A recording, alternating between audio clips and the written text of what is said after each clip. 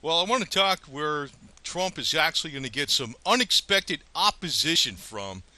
And yeah, you're thinking, well, at the Hillary camp. Okay, yeah, we know that. We also know about, for instance, maybe people that are getting some kind of government assistance. Yeah, maybe that's true too. But what about the government itself? And you got to look at it this way. I saw some different polls out there, and it looks like a lot of people that work for the government.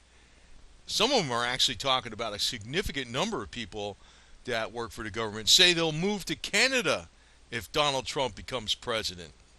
Would you believe that?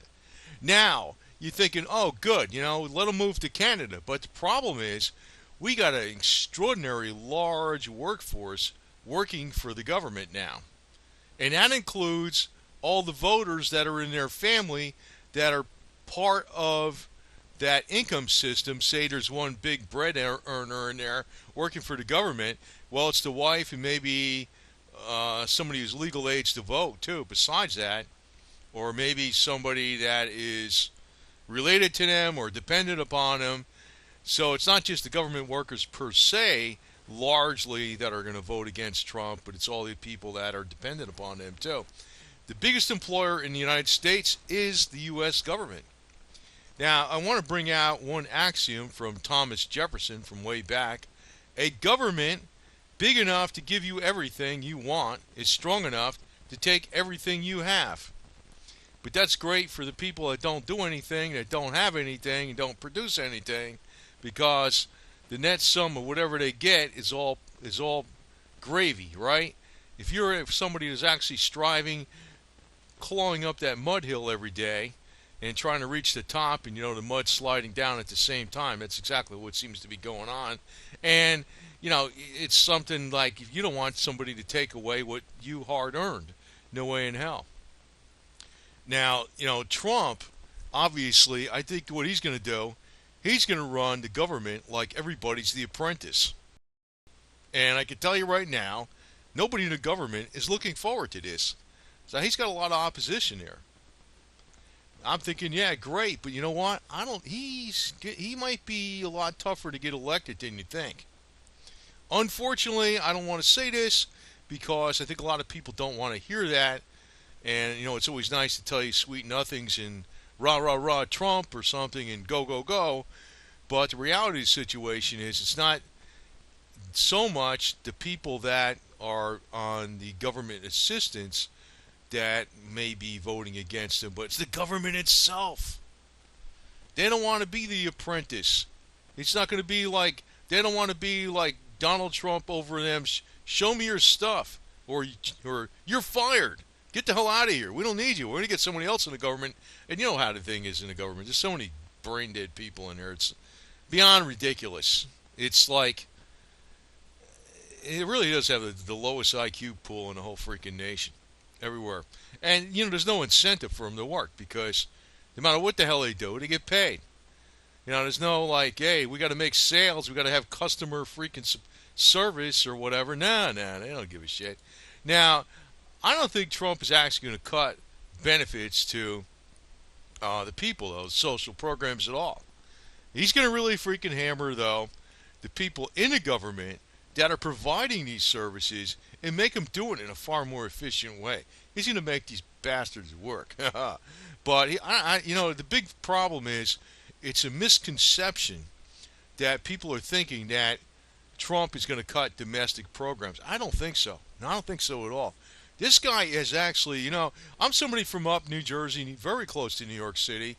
I was born and raised 11 miles from Manhattan. I used to be able to see this New York skyline from where I lived, where my school was and all that. And actually went to school, in high school, down near Newark, New Jersey. Newark, it's pretty much a city in itself. And let me tell you that I don't think people are going to have any worries about having their benefits cut. And actually, they're going to have more security under Trump if they have social services, and especially the veterans. The veterans are definitely, I think, going to be far more well taken care of under Trump. And, that's one area of the government albeit it's a small area because actually the government is far bigger than our veterans and our military.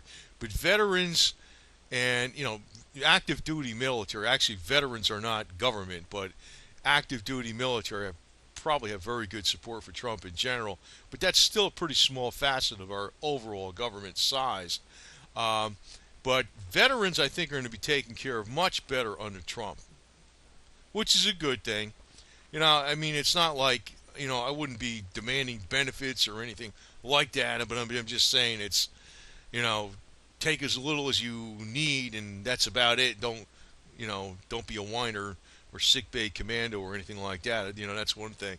But let me say that Trump is not going to cut social benefits, especially to the veterans and to our active duty military.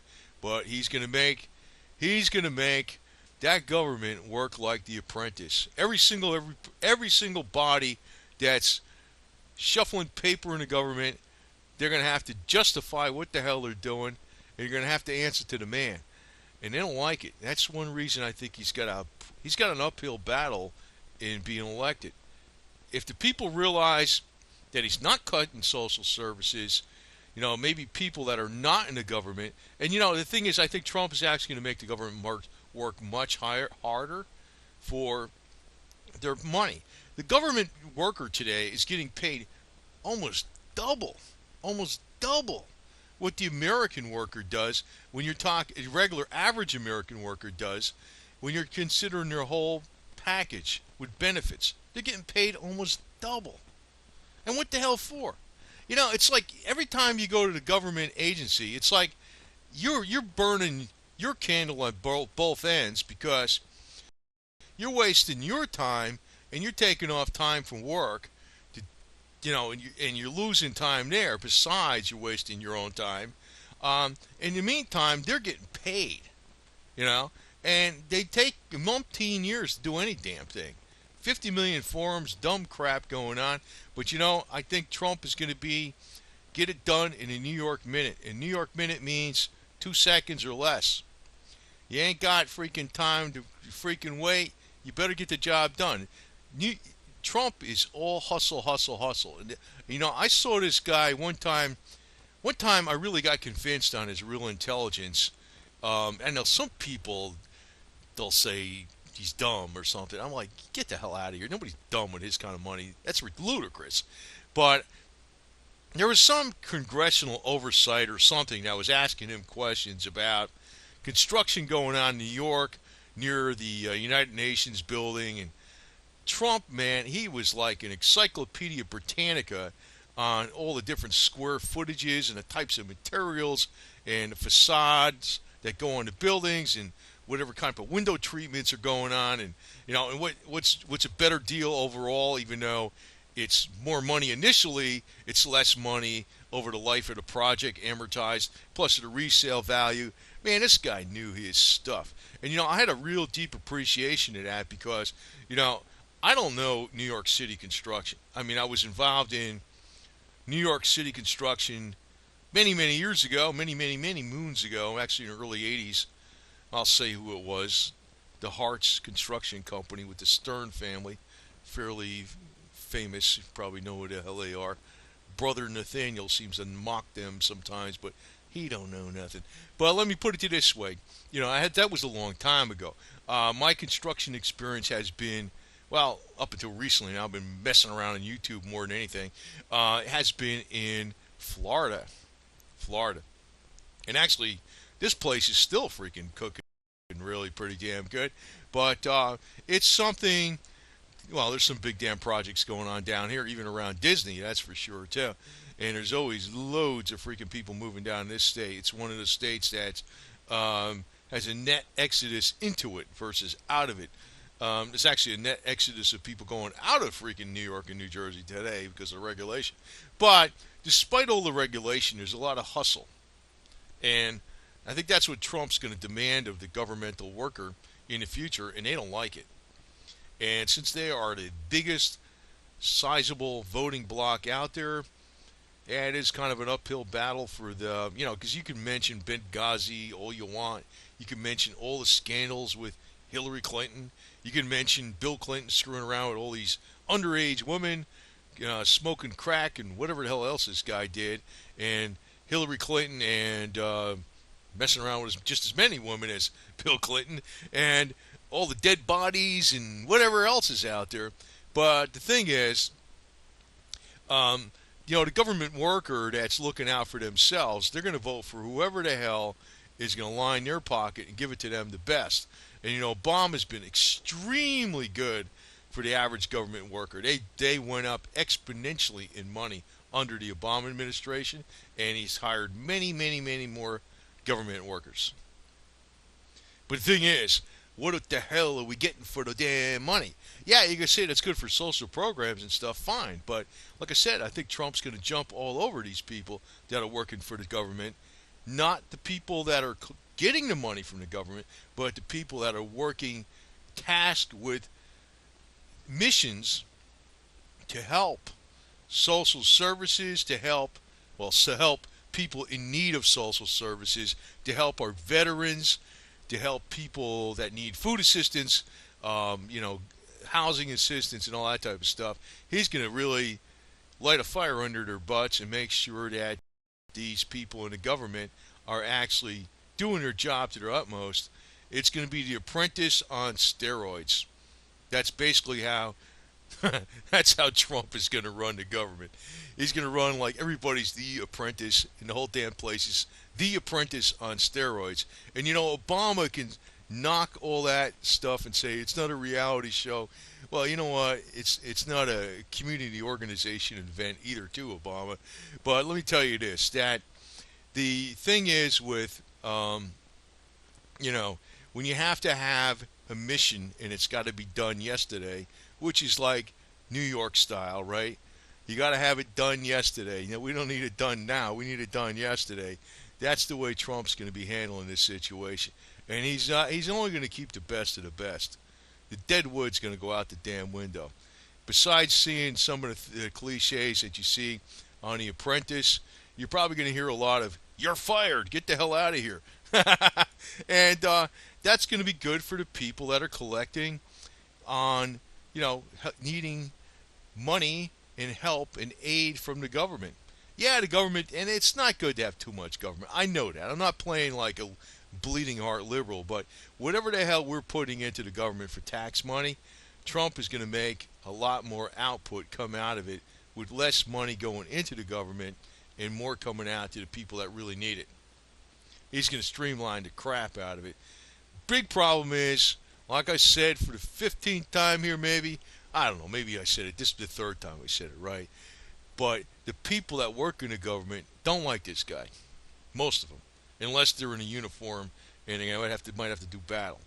If they are in the government and they just got a nice job and they're making a lot of money and their paychecks increased almost double in the last 8 years under Obama, they want Hillary. They don't want Trump. They don't want to work. They want to be the same dumb old cog in the wheel that's wasting everybody's time waiting on them, right? So they're going to be voting against Trump. That's why Trump actually has kind of an uphill battle, and you got to really recognize where the uphill battle is. The uphill battle is in the biggest employer agency in our entire country, the U.S. federal government. And I don't know what the hell he's going to do about all this. Once he gets in there, I know what he's going to do. But it's going to be a pretty tough campaign to win, because these people are going to vote for Hillary no matter how many bad things she did, because she's going to be hooking them. They know she's going to be hooking them up the most.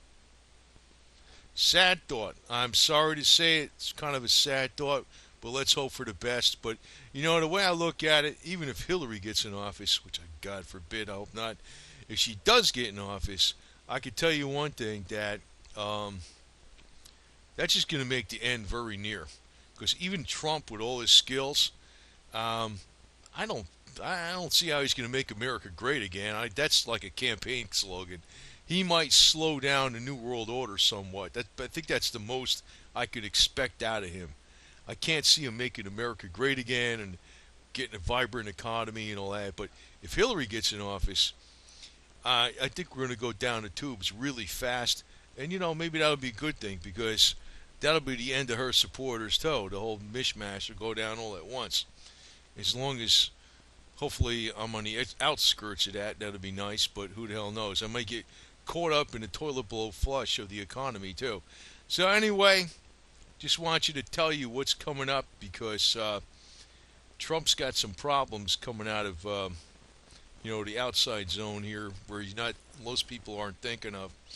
It's really from not business, it's not from people of special interest, and yeah, I guess you could say big government and all the people that work for it are special interest, but that's a big, big special interest when you're including not just the federal workers, but their spouses, any family that depends on them, whether they're older or younger.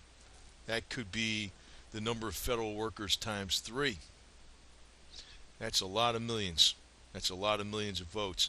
And when you're looking at votes, it's very easy for a federal worker to vote. They got early ballots. They got voting things that go around where they can collect votes and make sure you get your vote in. And if you look in a lot of states, most citizens don't vote. There's not that many votes really going around, even on the registered voters. Most registered voters don't even vote. But when you're looking at the government, it's real easy for them to vote because, they could take off to go vote for one. It's no problem. They could do early ballots. They could do any damn thing they want. And I think largely those votes are going to go against Trump. So, hate to bring it up bad news, but that's the enemy right there. Excessive big government. And again, Thomas Jefferson says, a government big enough to give you everything you want is strong enough to take everything you have. It's dangerous as all hell.